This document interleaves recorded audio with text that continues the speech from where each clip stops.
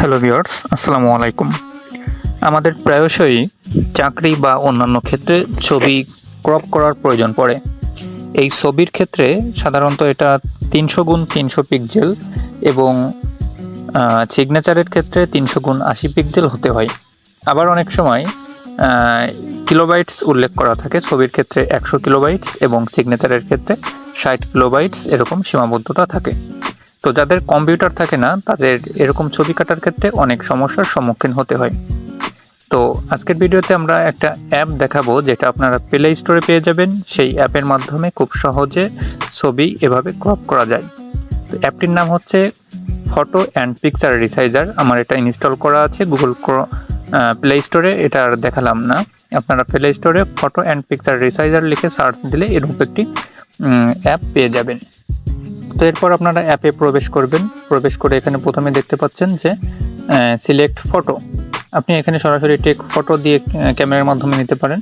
তবে সিলেক্ট ফটোর মাধ্যমে হচ্ছে ক্লিক করলে এটা আপনার গ্যালারিতে নিয়ে যাবে এবং সেখান থেকে আপনি ছবি সিলেক্ট করতে পারবেন। তো এখানে সিলেক্ট ফটো ক্লিক করে আমরা গ্যালারিতে চলে যাব। গ্যালারিতে যে আমাদের পছন্দ মতো একটা ছবি সিলেক্ট করব। ছবি সিলেক্ট করার পর তো আমি এখানে ছবি সিলেক্ট করতেছি। আমার যেটা নির্দিষ্ট ফাইলে আছে সেই ছবিটা আমি সিলেক্ট করলাম। তো এখান থেকে এই যে সাদা ব্যাকগ্রাউন্ড আছে এই ছবিটা আমি সিলেক্ট করলাম। এবার আমাদের করতে হবে ক্রপ করতে হবে। এই যে রিসাইজ লেখা যে অপশনটা দেখতে পাচ্ছেন, এখানে ক্লিক করলে রিসাইজ আসবে। এখানে পার্সেন্টেজ আছে দেখতে পাচ্ছেন, তারপরে আছে কাস্টম হাইট অ্যান্ড ওয়াইড। এখানে হাইট অ্যান্ড ওয়াইডের ক্ষেত্রে এখানে যে কাস্টম লেখা আছে এখানে ক্লিক করবেন। এখানে ক্লিক করার পর ছবি হলে 300x300 রেশিও দিতে হয়। এখানে 300x300 রেশিও দিয়ে ওকে দিবেন।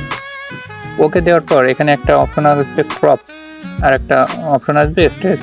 পুরো ছবিটা স্ট্রেচ হলে পুরো ছবিটা একটু এরকম বাঁকা বাঁকা হয়ে স্ট্রেচ হবে, আর ক্রপ সিলেক্ট করলে এটা ছোটো হবে। তো আমি ক্রপ সিলেক্ট করছি, যে কোনো একটা সিলেক্ট করলেই হবে। ক্রপ সিলেক্ট করে নির্দিষ্ট একটা মাপ নিয়ে এটা ক্রপ করে এখানে যে ক্রপ লেখা আছে ডান পাশে সেই ক্রপে আমরা ক্লিক করে দেব। ক্রপে ক্লিক করে দিলে এটা আমাদের অটোমেটিক্যালি কাটিং হয়ে যাবে। এটা হয়ে গেছে কাটিং এবং এটা গ্যালারিতে চলে যাবে। তো এভাবে আপনারা কিন্তু চাইলে একইভাবে যে ইয়াটা আছে সিগনেচার, এটাও আপনারা এখান থেকে ক্রপ করে নিতে পারবেন এবং প্রয়োজন মতো ব্যবহার করতে পারবেন। তো এটাই ছিল আজকের ভিডিও। যদি ভিডিও ভালো লাগে অবশ্যই চ্যানেলটি সাবস্ক্রাইব করবেন।